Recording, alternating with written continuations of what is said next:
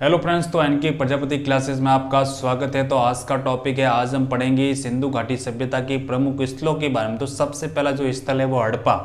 हड़प्पा के बारे में जानेंगे। तो हड़प्पा की जो खोज हुई थी सन 1921 में दयाराम साहनी के द्वारा हड़प्पा की क्या की गई, खोज की गई।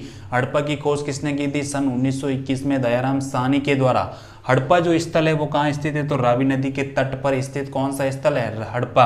अगर हम बात करें हड़प्पा स्थान कहाँ है, तो पंजाब के पाक में। कहाँ है? पंजाब के पाक। जिला कौन सा है? मोंटगोमरी, जिसका हम क्या कहते हैं? साहिवाल इसका वर्तमान नाम है। आगे हम देखते हैं हड़प्पा की जो प्रथम जानकारी किसके द्वारा दी गई, तो चार्ल्स मैसन के द्वारा ये सबसे पहले जानकारी दी गई थी। मतलब चार्ल्स मैसन के द्वारा हड़प्पा की जानकारी दी गई। इसका उत्खनन जो है 3 व्यक्तियों के द्वारा गया। सबसे पहले 1921 में दयाराम साहनी के द्वारा, मतलब सबसे पहले 1921 में दयाराम साहनी, उसके बाद 1926 में माधवस्वरूप वत्स और 1946 में मार्टिन व्हीलर के द्वारा इसका उत्खनन किया गया। आगे हम देखते हैं हड़प्पा जो है 2 नगरों में विभाजित था। हड़प्पा कितने नगरों में विभाजित? 2 नगर। सबसे पहला नगर दुर्ग टीला और दूसरा था नगर टीला।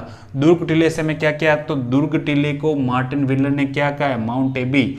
दुर्ग टीले को मार्टिन व्हीलर ने क्या कहा था? माउंट एबी। और एक अन्य टीले को मार्टिन व्हीलर ने कहा था माउंट एफ से क्या किया था? संबोधित किया था।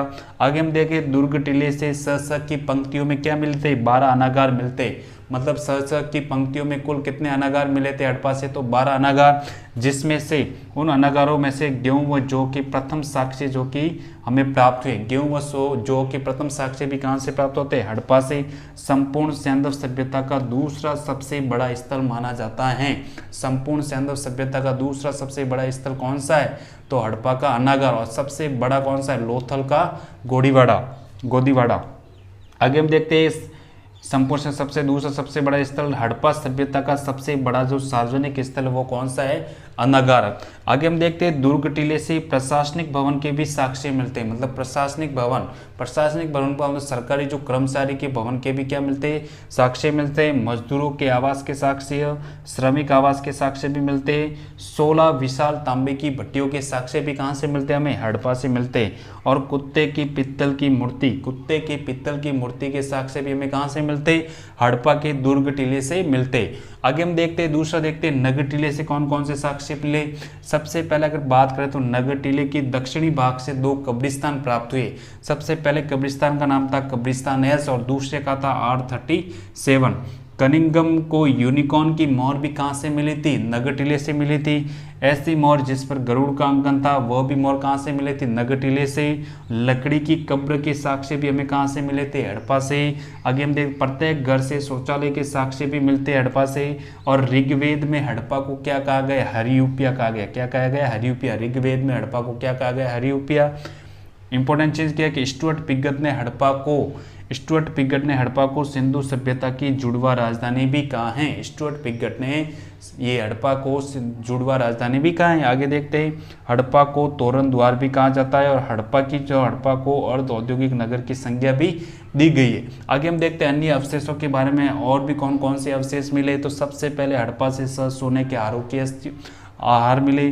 गधे व कछुए की अस्थियां भी मिली। मात्रा देवी की मृण मूर्ति प्राप्त हुई। हड़प्पा वासियों ने इसे क्या कहा था? पृथ्वी देवी या उर्वरा देवी कहा है। जॉन मार्शल ने इस मूर्ति को हम क्या कहा था? शाकंभरी माता भी कहा है।